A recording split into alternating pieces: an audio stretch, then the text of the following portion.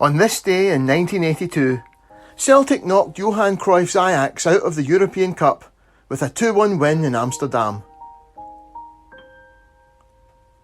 Few Celtic fans held realistic hopes of progressing into the second round of the European Cup when they travelled to Amsterdam on the 29th of September 1982, with the tie paused at 2-2 from the first leg in Glasgow.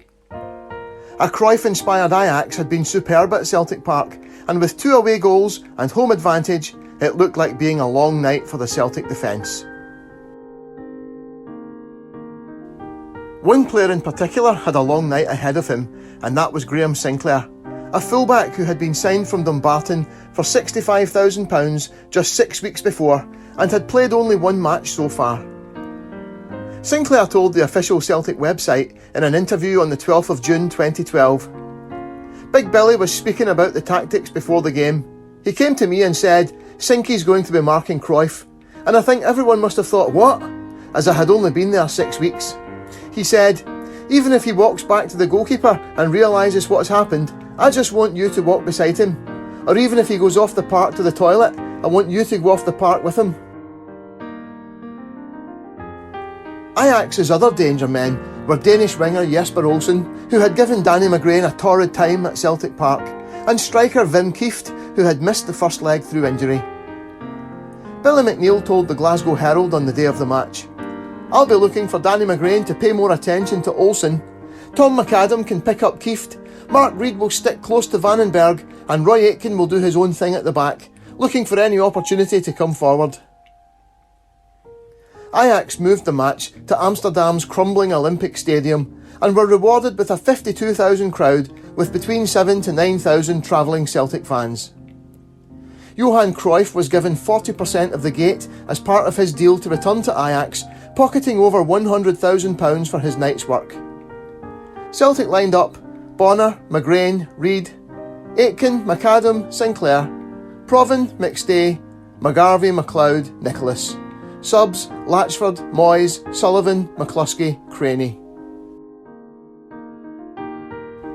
Ajax dominated possession and stroked the ball around with an easy menace, followed with lightning-quick thrusts which repeatedly opened up the defence, but Celtic held on. The resistance was built on Sinclair, never giving Cruyff a second on the ball. Danny McGrain, who not only kept Olsen quiet this time, but seemed to constantly have the winger chasing him as he brought the ball purposefully out of defence, and the much maligned Pat Bonner, who had one of his best matches, making some outstanding saves. Against the odds, Celtic went ahead on 33 minutes when a long flighted pass from Paul McStay sent Sinclair down the left. He was dispossessed, but the ball fell to Charlie Nicholas, who passed to McStay just outside the box. McStay fed Frank McGarvey in the box, who flicked it first time to Nicholas.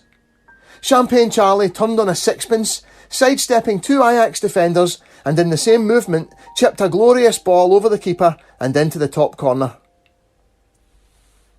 As the game wore on, it was becoming apparent a shock might be on the cards, but Celtic's rising hopes seemed dashed on 65 minutes when Vandenberg curled across from the right side of the box with the outside of his right foot. It might have taken a deflection, and Bonner hesitated as it looked like Kieft was about to shoot, but he left it and the ball drifted inside the far post. Vandenberg looked as surprised as anyone, but Ajax celebrated wildly, knowing they were now ahead on away goals with the aggregate score 3-3. George McCluskey replaced Davy Provan shortly after. Then Davy Moyes was brought on for Paul McStay, but time looked to be running out for Celtic, especially when Frank McGarvey hit the bar with a header after a brilliant run and cross from Tom McAdam. Cruyff had to leave the field injured 3 minutes from time, and then came the magic moment on 89 minutes. Danny McGrain drove the ball towards the penalty area and it was controlled by McGarvey. He laid it off to Nicholas, who fed it to George McCluskey, who took it wide before dragging a left foot grounder across the keeper and in at the back post.